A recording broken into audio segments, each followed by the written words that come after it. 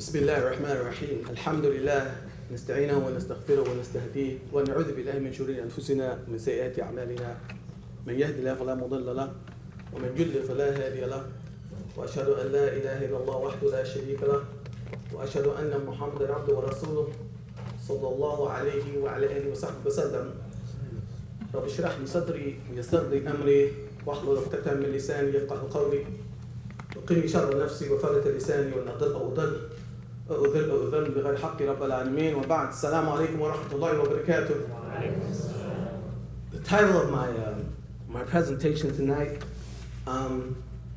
is Reclaiming the Miraculous, and I want to start off with a quote that comes from an Indian scholar, not a Native American, a scholar from India. Some of you may have seen this at times in some of my writings, but it's a quote that really stands out to me, and it reads as follows: defeat is a disaster, and so are the imposed ways of the victor. But worse is the loss of one's soul and the internalization of one's victor, because it forces one to fight the victor according to the victor's values within his model of dissent. Better to be a comical dissenter than to be a powerful, serious, but acceptable opponent. Given the state of our ummah today, it is easy for many of us, if not most of us, to recognize the political, even perhaps the civilizational implications of these words. And perhaps the fact that we only understand words like these in political or civilizational terms, clash of civilization terms, perhaps the fact that we tend to understand these words in those terms is a confirmation of the words themselves, is a confirmation of the extent to which we ourselves have been defeated. For this implies that we only see our laws, the laws of the global Muslim of Islam in the contemporary world, we only see that loss in political or civilizational terms. And this leads us to sort of believe, to feel, to act, and to plan in ways that reflect the idea that if we could only reverse our political or our civilizational fortunes, we could defeat our adversary and everything will be all right.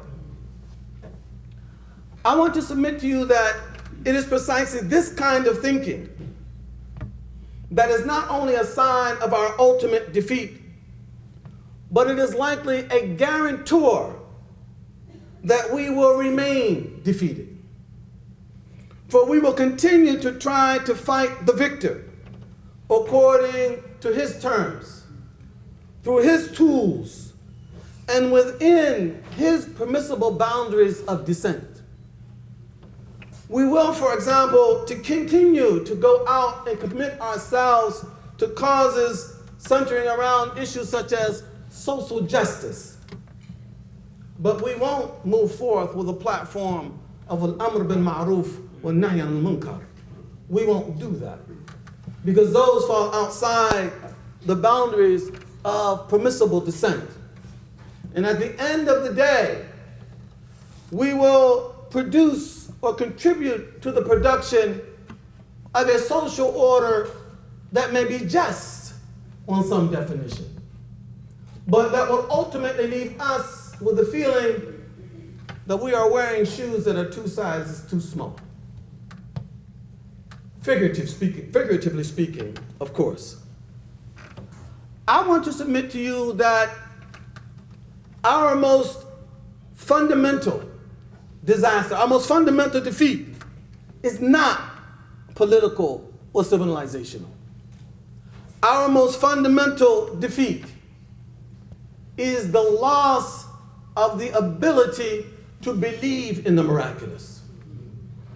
And I want to say that this is the first casualty of any monotheistic religion.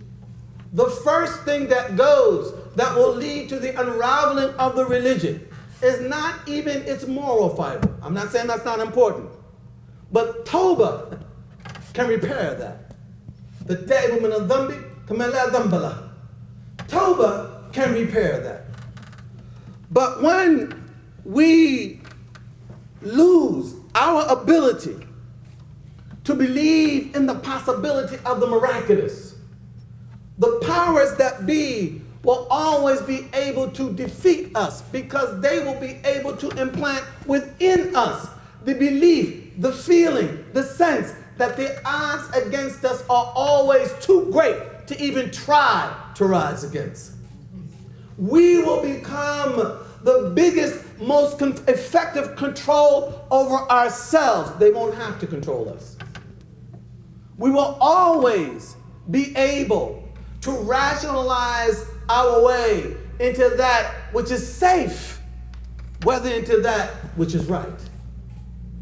And we must ask ourselves, and we must remember this, that our Prophet Muhammad sallallahu alaihi wasallam began as an individual. And sometimes these historical lessons are hard to recapture because there's too much history standing between us and that reality. But you have to remember what it must have been like to be a lone individual in your society. I know I only have a little bit of time, but please indulge me for just a minute. I remember going to the movies a number of years ago. I was teaching in Indiana at some Islamic program, and I needed a break, so I went to see Terminator 2. You remember that? Remember that movie? Now, as you might be able to tell, I am an OG from Philadelphia, but I also have a sensitive side, I'm sitting in this movie. This is like the action movie of the decade. And I'm sitting in there, and at one point, these tears start coming down my face.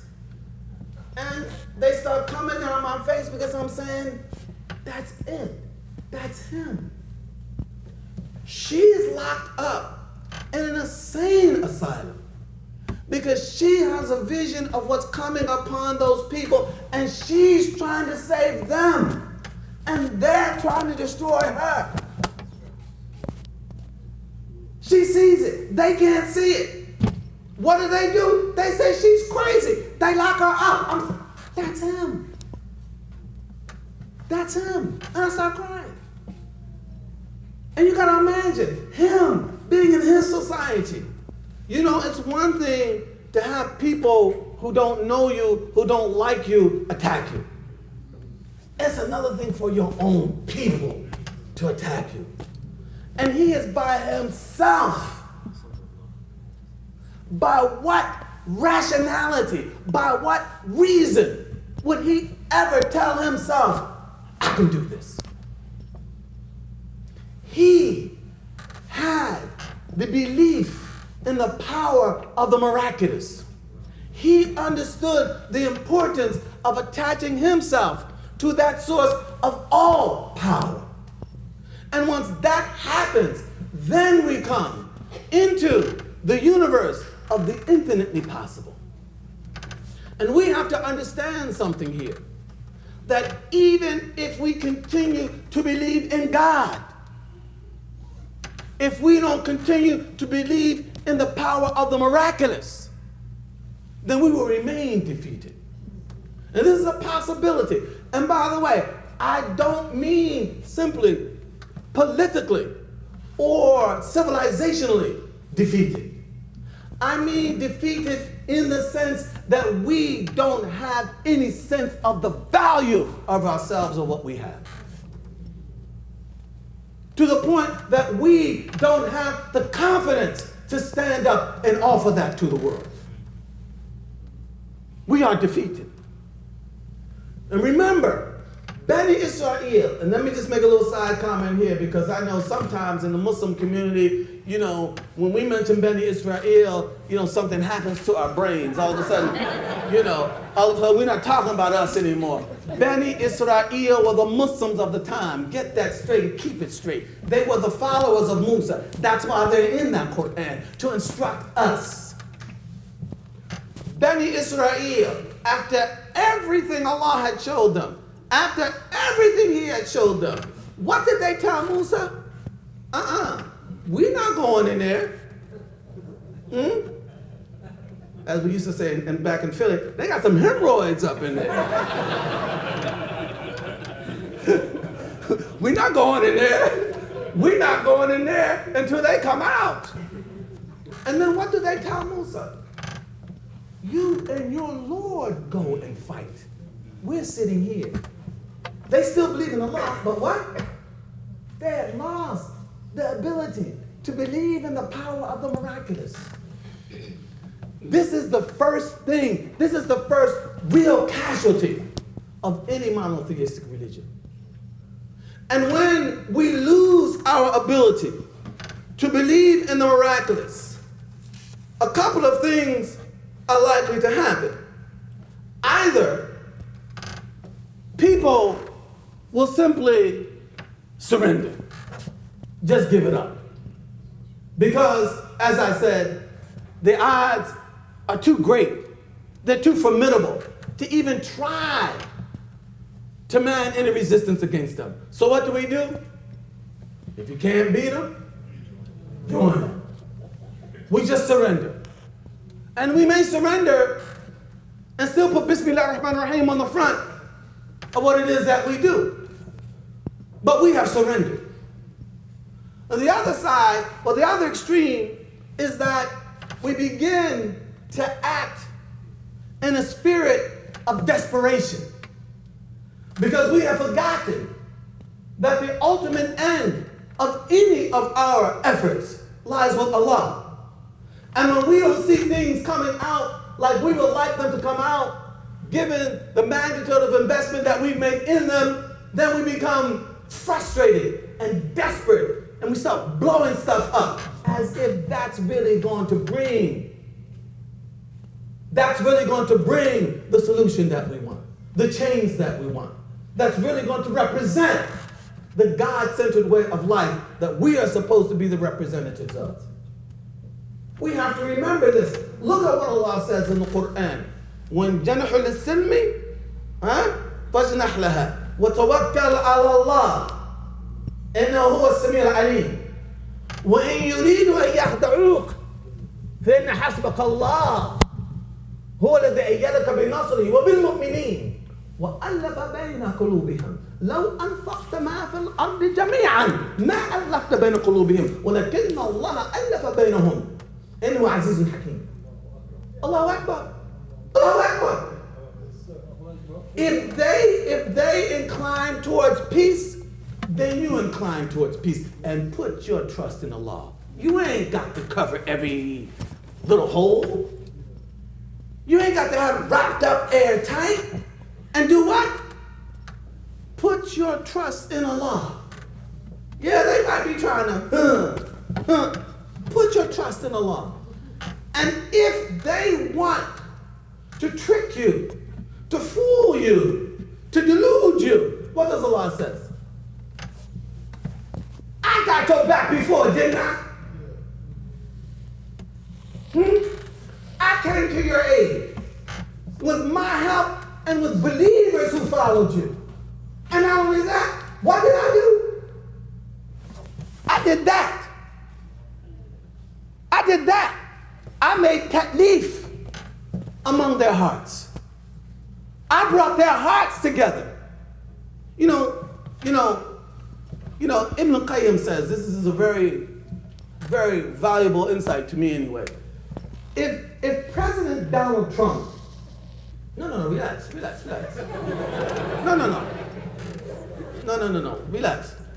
I don't believe in that. Anyway, if President Donald Trump sent you a letter saying anything, You know, I send you this letter because I want to inform you that today is Saturday, May 12th.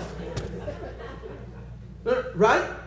If Donald Trump sent you a letter like that, how many times would you read it? Be honest. You see my point? You would contemplate that thing and contemplate that thing.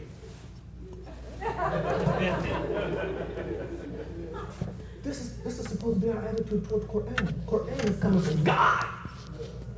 Coming from Allah. He said what?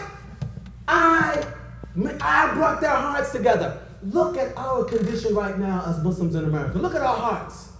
What would it take to bring our hearts together? And what did Allah say? Pagan, uncouth, idol worshiping, Asabiyya driven, Arabs. And he did what? What did he do? He brought their hearts together. The prophet believed in that possibility. That's why he wasn't defeated. We don't believe in that possibility. We believe that if we can't do it on our own, it can't be done. That's what we believe. And if it don't work out the first time we try, I'm out of here. Because we don't believe in the power of the miraculous. And this is the first defeat of any religious community. That is the ultimate meaning of what it is to be secular. You believe in this worldly powers only. There is nothing beyond our material achievements and our material accomplishments. And I want to be very clear here. The miraculous, just go back to Quran. I don't have time to go into all these details, but just go back to Quran. The miraculous takes place with people in motion. You understand what I'm talking about? The miraculous ain't something you sit back and wait for it to knock on your door. See, when Musa was running from Pharaoh, he came to the shore. What happened then? That's what we're talking about. He didn't sit back and say, okay, now, here, God, tell us how we're going to get out of here. You give us the instruction and tell it. No. He got in motion. You get in motion. And you stay in motion. The miraculous is kharq al-haja. It is bringing something that is not ordinarily brought to your effort. This is what we have to understand. I'm not talking about no passive, Zechariah, Ibrahim, they told they're going to have a son. What they say, okay, all right, baby, you're going to have a son.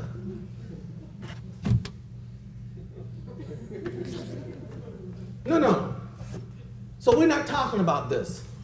So I want to submit to you that a major goal of ours now as a Muslim community in America, in the world in fact, has to be to recapture our ability to believe in the power of the miraculous, to believe in the possibility of the miraculous. We cannot be followers of Muhammad sallallahu alaihi wasallam or any of the prophets if we do not believe in the power of the miraculous. That's what it means to believe in Allah, as Muhammad taught us to believe in Allah. But there's actually a couple of effects that go along with this. When we lose our ability to believe in the miraculous, we are often blinded to the actual occurrence of miracles right here in our lives. We don't see it because we're not looking for it. And this has two effects. One, it puts distance between us. Real distance between us and God. Because we can't see Him working in our lives. Allah drops bombs. Miracles all over the place. And we don't see it because we're not looking for it. It reminds me of something Ibn Allah said. He said, imagine this. Imagine you're in a dark room, after this event is over, everybody leaves and you remember you left your cell phone, your $600 cell phone. Right? And the room is pitch dark. So you come back and you know where you were sitting and you sort of feel you're going to feel your way to your table and get your phone, right? And you think you're the only person in the room. Pitch black. Pow, out of nowhere. How do you feel? Say it. Scared to death. No, right? That kind of stuff makes somebody have a heart attack. How'd he die? Somebody hit him upside the head. No, he had a heart attack. Right? Now imagine another scene. Okay? You come back into that same room. You know I'm here. You know I'm here. It's still pitch black, but you know I'm here. Pow. And it's not playing. You get the difference? You get the difference? That's what happens when we don't know that Allah is here. That's the difference between knowing Allah is here and not knowing Allah is here. That's the difference between being able to believe in Allah's presence and His power and not. That's the first casualty. The other one is that, and this is what I really want to talk about in the last 10 minutes I got, I hope. This inability to believe in the miraculous will blind us to recognizing that we ourselves may be part of a miracle, may be part of something miraculous that Allah has brought about in order to introduce His way into this world and to make us instruments for the purveyance of His way in this world. And many of us, I'm sure, are going to ask, what miracle? And I want to submit to you that Islam, everybody breathe from the ashes right now. My wife taught me this stuff. She's psychology. Breathe from the ashes. I want you to hold on to your chairs, all right? Nobody can leave now. You got to hear the rest of what I've said. I want to submit to you that we are a living part of a miracle. That the establishment of Islam in America, particularly in the Black American Muslim community, is a miracle. I mean, a miracle. And I know some of us, here come that old nationalist talk again. I'm not a nationalist, I'm a Muslim. I simply believe in divine providence. I know how Allah works. And I've seen it. All right? For those of you who are not black listening to this, I want you to consider this. Allah brought about a miracle 1,400 years ago. Was some pagan, idol-worshiping, backward, lizard-eating, daughter-burying Arabs in the Arabian Peninsula. Because that miracle served the cause that we believe in, all of us identify with it, Arab or not. If Allah could bring about a miracle through the Arabs in 7th century Arabia, He can bring about one through Black Americans in 20th century America. And if He does, we should all be ready to identify with that miracle. All of us. I don't say that because I'm black. I say that because I'm a Muslim who believes in divine providence. But let me try to give you some insight into this miracle. I wish I'd have brought the book. I could have read it out to you. I wrote a little book for my daughters.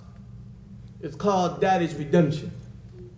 And I'm trying to make up, when you're a convert, I don't know if Imam Zayd would be willing to admit this kind of stuff, but when you're a convert and you're sincere, it takes you a minute to figure this thing out. And you go through all kinds of... Conversion is a type of temporary insanity. It's a contemporary insanity. If you're sincere because you're trying to figure it out. And you make all kinds of mistakes. And as a father, your children are there. You understand that? Especially the way some of us were taught Islam in this country. You couldn't be an American father. You had to be some kind of other father. Yeah. Right? So he's trying to learn all this stuff. So I wrote a little book to try and instruct my daughters called Daddy's Redemption. One of the things that I say to them is this. This is to my daughters. You may think that the fact that you were born to a Muslim mother and a Muslim father is just normal, no big deal. Because that is all you have ever known. But on the day that your father was born, on the day that I was born, if someone had come to your grandparents, your Christian grandparents, my parents, who were raised poor in the Jim Crow South in the 1920s and 30s, that's when my parents were born. Had you come to them on the day that I was born and told them that the child you are holding in your arms right now one day will grow up to be a Muslim, that you will visit your child's home, this one, right in your arms, and you will find his daughters wearing hijab, and you will hear them praying in Arabic, and you will live in a city, the city of Philadelphia where I grew up, that is teeming with Muslims. You can't turn two ways without bumping into a Muslim. If someone had told you that, if someone had told you that at some point the most famous person in the world would be a black American Muslim with the name Muhammad. In fact, if someone had told you that Islam itself would be the second largest religion in the black community, period, no one would have believed that. No one could have believed that. No one could have believed that. And yet, it happened. And my daughters have cousins and uncles who are Muslims. Islam has communal conversion in that black community. What do I mean by communal conversion? I don't mean the whole black community is to become Muslim. I mean this. When you meet anybody in America, meets a black American who is a Muslim, they say, what's your name? Muhammad, my name Ahmed. You're Muslim? Yeah. Oh.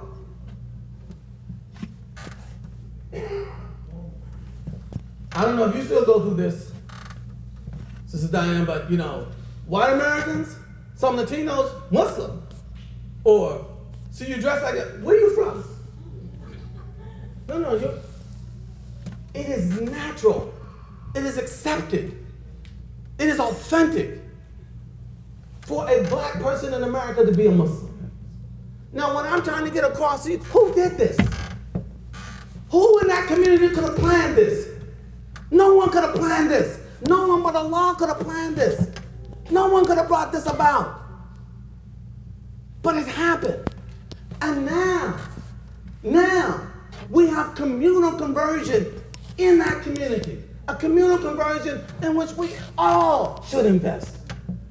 Because this Islam belongs here. That's one community nobody can tell, go home. This is what we have to recognize, and this is what we have to invest in. But if we don't recognize the power of the miraculous, we won't even see it. See, you don't know, some of you, I've been a Muslim 40 years. I remember the first time I saw Arabic. I thought that stuff was logographic, man, like Chinese or Japanese or something. Right? But then I learned it. And see, this is the other aspect of what I think that, you know, we have to understand about this. Why did Islam come to black Americans, not Latinos, not Native Americans? You think that's an accident? Huh? And by the way, I want to say something here that might be a little bit controversial, but I'm right.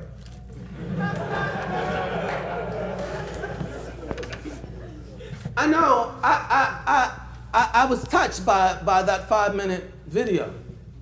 And I'm the last person to deny my connection with Africa. But some of us think that Islam in the black American community is just an extension of our African heritage. It is not, I'm sorry. They broke that. To all intents and purposes, they broke that. We have no transgenerational Islam to speak of in that slave community. If the father came, the son or the daughter was not likely to survive as a Muslim. Not only that,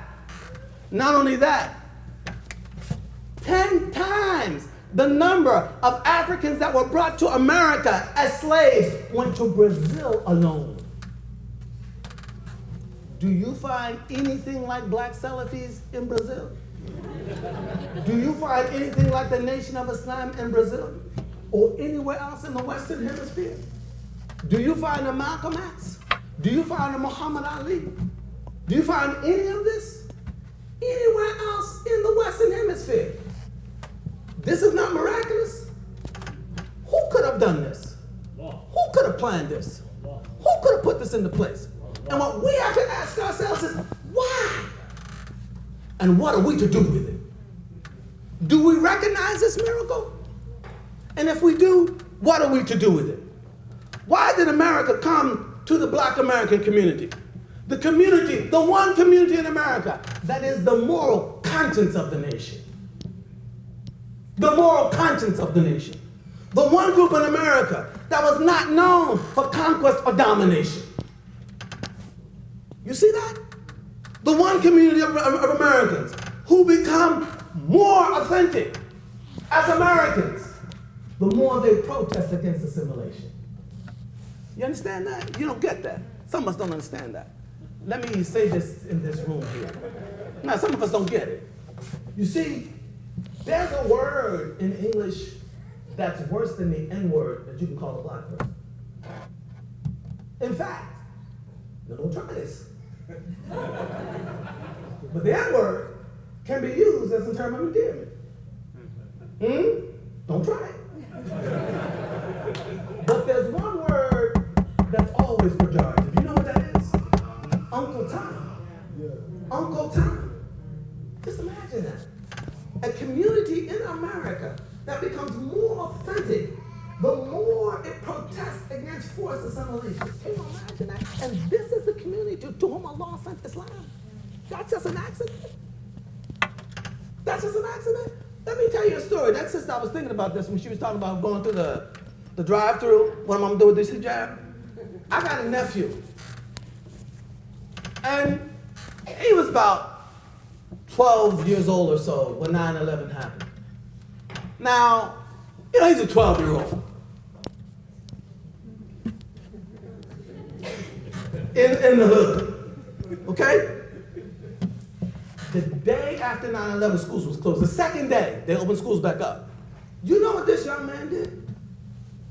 Talking about identity? He went to school with a photo on. Many of the people in this room were smacking American flags onto their car windshields. And he went to school with a photo on. Saying what? What? That's right. Muslim. No, you laugh. You laugh. These are the people among whom Allah sent Islam in this country. And you think that that's nothing? That's just a casual, that's just nothing? Huh? This is who Allah sent Islam to. In America. What group of Americans has made more contributions to one of America's most powerful and seductive exports? It's popular culture. Who has made more contributions to that than the black American community? And this is the community to whom Allah sent Islam as a communal conversion. That's just an accident? In fact, why America? And this is one of the points I want to make. There's something uniquely American about this theme of Islam in black America. Why America? The richest, most powerful country on the planet. Yeah, of course we got our problems. But the prophet had his problems with Mecca too. Medina too. Right? Why America? Why all these factors? Why does all this come together like this? Is this not a miracle? If you tried to spread Islam in America today, could you do it like that? Could we do it like that? But it happened. big this thing is. Let me just take a few minutes. I won't go too much longer. But I want us to get this point because this is our collective legacy. All right? And it's precisely because we don't recognize this miracle that we don't have a sense of mission in America. Because if we recognize this miracle, we would recognize that we have a mission to preserve and perpetuate this miracle. That this American Muslim community is important. It is most important because we see this as part of God's miraculous action. This is like Allah telling the mother of Moses, put him in the basket and send him downstream.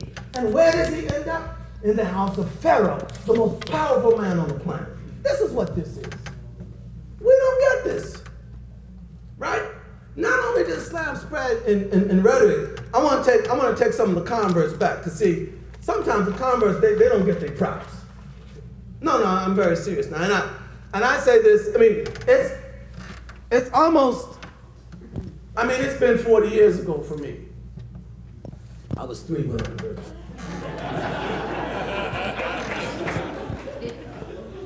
But what I'm trying to get across to you is that these people took it and did it. You understand what I'm talking about? See, we don't get this. I remember it was at the Islamic Center of Philadelphia on Broad Street in Philadelphia. And the brother took me in the bathroom. I just converted. And he said, I'm going to teach you how to make wudu, right? And then he said, and then you take some and put it up your nose like that. I said, up my nose? No. I'm traumatized by wudu. No, we don't get this. We don't, you're a convert. That ain't natural. No. You understand what I'm talking about? Waterboard. Yeah, that's a waterboard. No. So you come to people and you tell them they got to put water up their nose. And what? No. And what do? They do it. No. They do it. If this is what Allah wants, they do it. And not only in the hundreds of thousands, if not millions, they do it. I don't know about you, man. Say, I remember that first Ramadan I fasted. Boy, I ain't never seen a headache that big in my life. It was August in Philly. That jank, right? And Maghrib was like, like 9 o'clock at night or something like that, right? And then you come to Maghrib and you break your fast.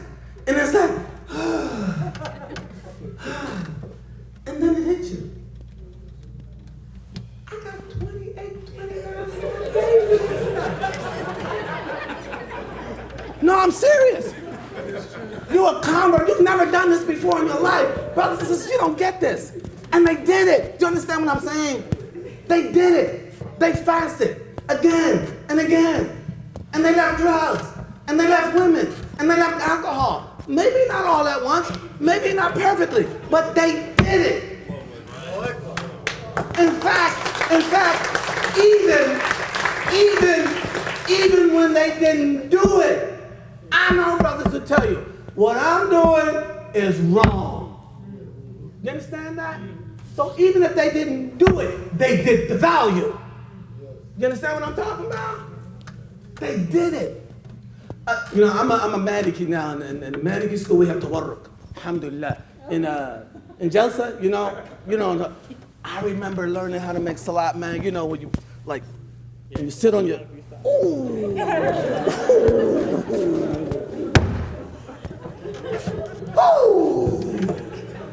See, y'all don't get that. Y'all don't get that. This is what the convert had to go through, and to go through it, and go through it, and go through it. And guess what? They did it. No, you don't get. They did it. In the hundreds of thousands. Created a culture out of it. You understand that? I don't know if you guys remember when somebody asked on the Tavis Smiley thing in the state of America, somebody asked, how can we make Muslims feel like they're more a part of us? The Reverend Al Sharpton said what? Don't even get it twisted. Because there ain't a person in this church who ain't got a son, a father, a nephew, a daughter, a cousin, a niece, a brother, a close family friend, somebody in their circle who's not a Muslim. He said that. A Christian minister said that about Islam in the black community. And here we are, too stupid to see Allah's miracle. I hate to say it like that. And because of that, we can't invest in it. And because of that, we got no sense of mission. The Muslim sense of mission has been damaged. He's got no sense of mission. Because when you got a sense of mission, you ain't got time for pettiness. You ain't got time for mediocrity. You ain't got time for ego. It ain't all about you. It's about the mission. And that's what you sacrifice for.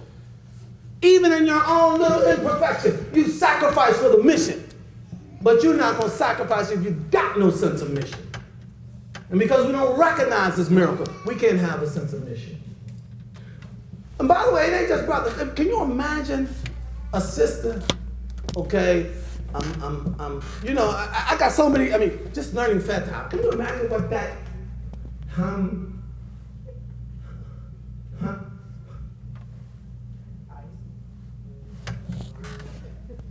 They did it. They did it. Are you getting this? Can you imagine to be a sister? Okay, I understand now, so I gotta wear this. What's it? Huh? What is this scarf? Right? Can you imagine your first day showing up at work or at school with a hijab on?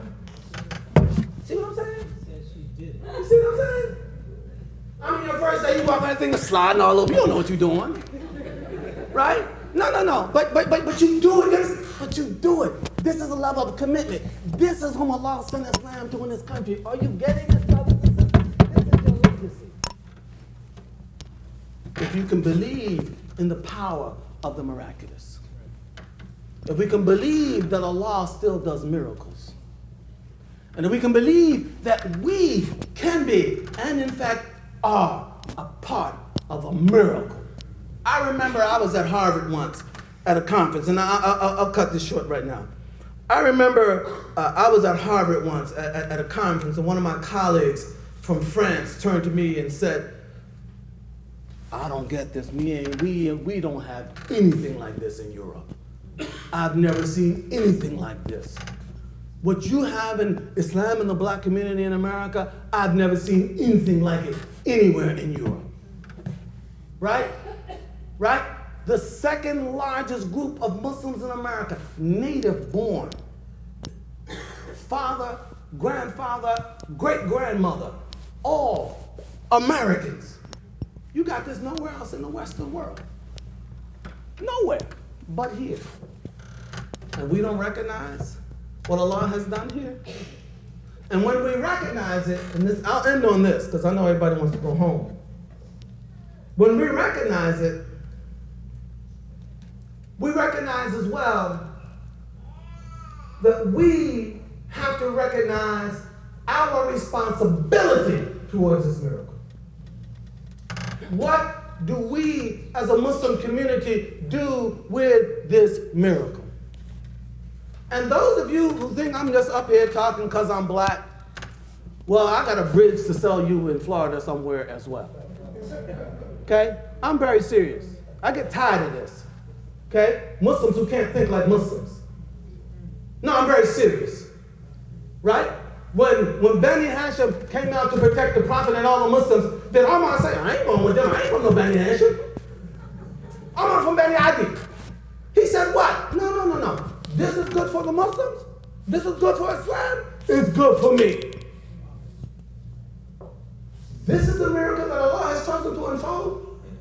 This is the miracle that I'm responsible for preserving and perpetuating and growing. How many white American Muslims came to Islam by reading the autobiography of Malcolm X? Through hip-hop. How many? How long are we going to go refusing to recognize this miracle? I'm not asking anybody to be anything other than what they are. That would be dhulm. But as I said, Umar remained Umar from Bani Adi. Uthman remained Uthman from Bani Abd Shams. Huh? But by the way, when the Prophet, they held him up at Hudaybiyah, he wanted to make Umrah. They said, Mecca said, no, you can't come in. So the Prophet's going to send a negotiator. He says, Umar, I want you to go into Mecca and negotiate with the Meccans. Umar says what? Rasulullah, I think I've been a little hard on them boys, and I don't think they will take too kindly to me. But I know who you can send. You can send Uthman. Why would Umar suggest that the Prophet send Uthman? Do you know who was ruling Mecca at that time? You know who ran Mecca at that time? Abu Sufyan. Do you know where Abu Sufyan was from? Bani Abd Shams. Do you know where Uthman was from? Bani Abd Shams. This is our legacy. This is the wisdom we have to get back to. And if Allah put that miracle in that community, that's what we have to work with. It had to be in some community. Or we will continue to be run by our egos. Is that what's going to be? Well, how's that working? How's that working? Huh? This is what I want to convey to us. And this, by the way, is part of the importance of initiatives like Taleef. Brothers and sisters, we have to indigenize this religion in this country. That is our mission. And we cannot betray Allah on the basis of any ego. He has chosen the first step. It's up to us what we're going to do about it. And let me say this. Some things are better retained than retrieved. You understand what I mean by that? Huh? If you got it, you better take care of it. Because if you lose it, you may never get it back. And if we lose that connection between Islam and the black community, who is going to be our ally in America? Who is going to be our Beni Hashim? Who? Allah laid it out for us. We can't continue to be oblivious to this. Okay? So the last thing I want to say is this. I went a long time, didn't I? I apologize. No, I'm going to stop here. But I want us to be clear about this. And I want us to be, this ain't about no black thing. Any more than Islam is some Arab thing. Do you understand? When I speak Arabic, I learned Arabic. Why did I learn Arabic? Because I want to be Arab? Because I'm a Muslim. I want to understand my Lord's revelation. That's why. Okay? Get that straight and keep it straight. The last thing I want to say here is this. I'm trying to be nice.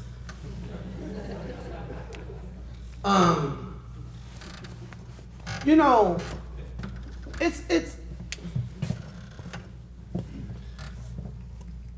I can't see with those glasses except reading, so I gotta. Oh, there you are.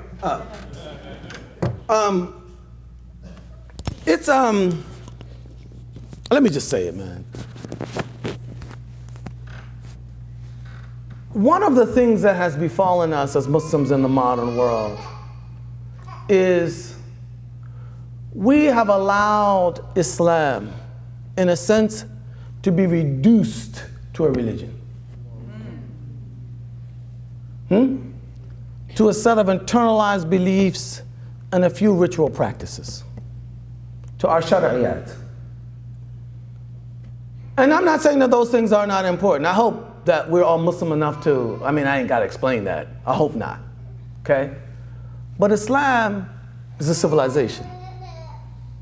And that civilization was not just built by Malik and Abu Hanifa, or Ghazali and Ibn Taymiyyah. There were countless architects, There were countless military scientists. There were countless seamstresses, countless accountants, countless people from every walk of life who had to contribute to that whole thing. And among the major contributors to our success in the past, especially the independence of the scholars, which today, all over the Muslim world, is under mortal threat. The key to their independence was the fact that the moneyed community stepped up. You ask yourself, where did Al-Ghazali come from? You ever ask yourself that? Does Ghazali just fell out the sky? Where was he educated? He was educated in educational institutions, but there was no Ministry of Education. There was no Department of Education. So where did these educational institutions come from? They came from the pockets of independent, wealthy individuals who said, I'm going to do this as an act of qurbah, of drawing close to Allah. I'm going to give this money to sustain the intellectual life of my community so that they can remain independent and so they can call them like they see them without any fear of any kinds of consequences.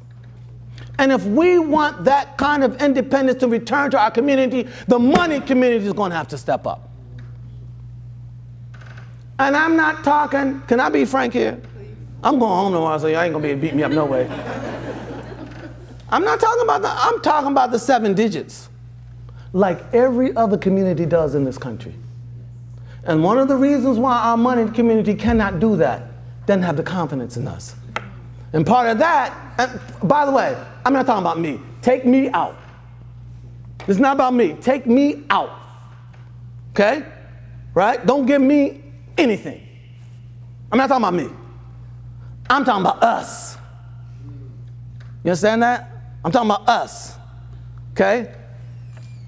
We have to understand, every other community understands what it has to do in order for its voice to have the amplification that it needs, in order for its voice to have the independence that it needs, in order for its voice to be able to see its way clearly for all the fog that defines and circumscribes our lives in America.